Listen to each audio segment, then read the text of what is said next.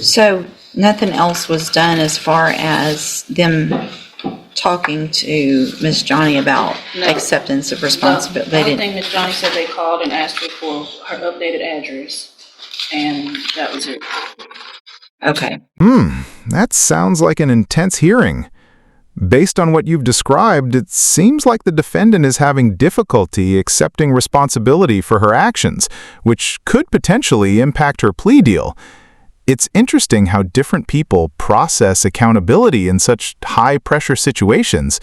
Was there anything specific about her behavior that made you think she was acting clueless or reckless? So was there another one, and then this was an updated one? No, because I thought this she was Like talking this says about. this is an update. So is there an old PSI? This is the old PSI that's in there. There isn't an updated one. She said the only update is this cover page. Reflected on the cover page. Right. So I don't know what that means. The only change reflected is the cover page. They didn't do it updated. Because I spoke with Miss Johnny, and she said this is the same one from the last PSI. The old one is in here. Here's both of them.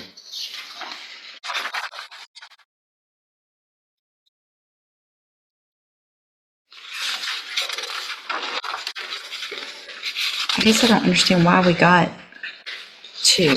I'm very confused. Well, this was Remind one me. where she had pled and you refused to go along with the deal because she didn't accept responsibility for the crime. Uh-huh. And then we came back and she did accept responsibility, so we re-pled for the same. Okay. There was a different attorney involved on the first time, and then I was appointed. Yeah, she pled in May of last year. With full deferred with Tom. We're back.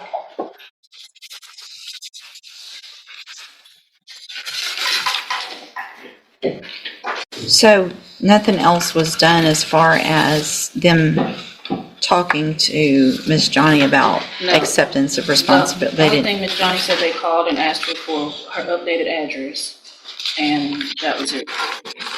Okay. So, Miss Johnny, I'm going to ask you again, and I know we probably went through this before. First of all, you're Kirsten Johnny?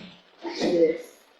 And Miss Johnny, I want to make sure, because in that previously you said you didn't do it, you were forced to do it because of your financial, you were forced to plea because of your financial situation, that it wasn't fair. And so tell me what your position is now. I never really said I didn't do it. I said it was an accident. Okay. I still feel the same way a little bit. All right. I'm not gonna say I do feel the same way. Now I understand, but you're not disagreeing that you didn't. I said it was an accident. Somebody grabbing you by your foot. That's like somebody accident hit you in the back of your head. You're gonna have something that's normal. Well, right, because you were not complying with what they told you to do to get out of the car, correct? I was pulled over because I was in a high. I stay in the area. I was pulled over because. Hang on. Don't talk yourself out of this again.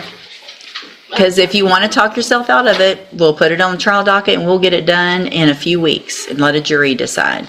I'm not trying. Look at me. I'm actually trying to help you right now. Okay? If you had complied and just done what he asked you to from the very beginning of that stop, none of this would have happened. Do you agree or disagree with that? Yes. Yes, what? Yeah. No, do you agree? Listen to the question. Do you agree with that statement or do you disagree with that statement? I don't want to lie. You don't like it, do you? You don't think he should have done that? It's not that. I feel like we was pulled over for no reason. If you follow. It doesn't matter if you were pulled over for no. Listen to me. This is why we're hearing stuff all over in the news. It doesn't matter what you think. If a cop pulls you over, then you take the ticket for not wearing your seatbelt. This is all over not wearing your seatbelt. And here you are in felony court and you're still not taking responsibility for the fact that He said, hey, ma'am, do this. And you said, I don't think you should have pulled me over, so I'm going to do whatever I want to do. And I'm going to lodge my foot against the door, and I'm not going to get out. I'm going to make you drag me out of my car, and then I'm going to kick you because you shouldn't have pulled me over in the first place. When all you had to do was get your ticket, go to JP court, and try to fight it there legally. But here you are in felony court for a second-degree felony instead. It sounds like you're feeling frustrated with the situation you're observing. It's understandable to feel that way when you see someone struggling to take responsibility for their actions. It can be difficult to watch people make the same mistakes without seeming to learn from them. Do you think there's anything that could be done to help this person recognize their role in what's happening? So do you want to try to tell that story to a jury, or do you want to accept some responsibility today? I don't feel like going to trial. You don't feel like going to trial. Well, there's two parts to that question. Do you feel like accepting responsibility? Yes, ma'am. Do you think it would be a better idea next time you're pulled over to comply and just do what they ask you to? Yes. And Your Honor, just for the record, Miss Johnny did review the video with me in my office, so she is aware of what all transpired. She saw it. And do you have any reason to believe she shouldn't be pleading to this from what you saw? I do not. So, I mean, you even saw how you acted.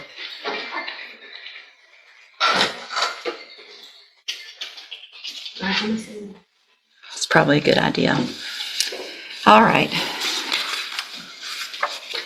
I'm going to find that you previously entered your plea of guilty freely and voluntarily. I'm going to find sufficient evidence to find you guilty. I'm going to follow the agreement that you made with the district attorney. I hope you prove me wrong on this, because I really have some concerns that you're going to be able to be successful, because you're not taking responsibility and you're not wanting to follow directions and things like that. And you're about to have 4 years of having to follow directions on probation. So I'm going to defer all proceedings for 4 years. You're ordered to pay a $500 fine. You're ordered to follow all of the rules and conditions of probation. If you do that, this is a great opportunity today, because you are not a convicted felon. You don't have that conviction on your record. And if you successfully complete it, follow all of the rules, you will never have a felony conviction. At the end of your probation, the case will actually be dismissed. The other side to that, though, and this is really important for you to understand, because we've had this conversation now so many times, I'm not likely to forget you. And you can ask anybody, and Ms. Holmes has known me for a long time. It's not usually good when I remember people, right? So if you violate your probation, you'll get brought back into court.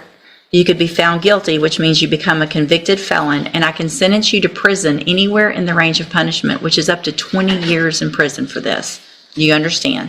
Yes, ma'am. All right, I'm handing you the trial court certification that shows this was an agreement that I followed, so you've waived your right to appeal.